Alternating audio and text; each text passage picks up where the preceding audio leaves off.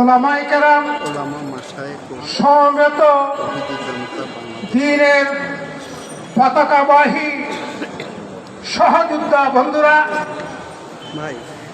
আপনারা জানেন এই যাবৎ হক এবং বাতিলের দ্বন্দ্ব চলে আসছে। হযরত আদম থেকে নিয়ে সকল যুগে সকল কালে একটি দল থাকে হকের উপর আর একটি দল থাকে বাতিলের উপর। এই হক এবং বাতিলের দ্বন্দ্ব আজকে না, পৃথিবীর শুরু থেকে কিয়ামত পর্যন্ত হক বাতিলের দ্বন্দ্ব আছে, থাকবে। হকের দল আসে দুর্বল হইয়া আর বাতিলের দল হইয়া অনেক শক্তি নিয়ে, কিন্তু পরিশেষে দেখা যায় হক জয়ী হয়, বাতিল ধ্বংস হয়ে যায়।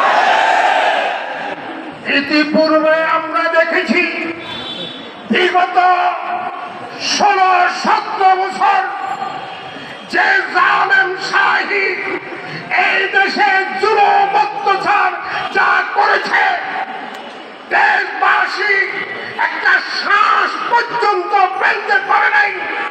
ওই জালেম শাহীর উপরে বল করে এই তথাকথিত এই বাতিল গ্রুপ, এই সাদিয়ানি যাদেরকে বলা হয়,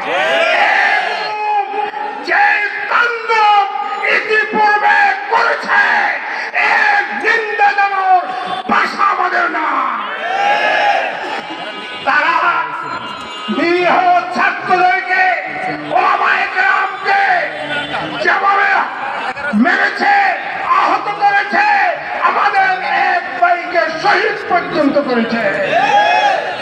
অতএব ওই দুঃশাসনের উপরে সওয়ার হয়ে এই আওয়ামী দুঃশাসনে প্রশ্রয়ে এই যাবৎ তারা যা করছে, এই দেশের তৌহিদি জনতা আর সামনে তাদের কোনো কিছু করতে দিবে না।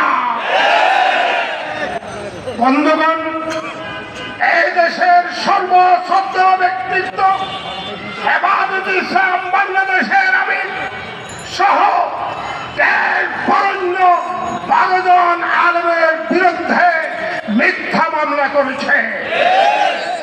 আমরা এই মিথ্যা মামলার তীব্র নিন্দা এবং প্রতিবাদ করছি।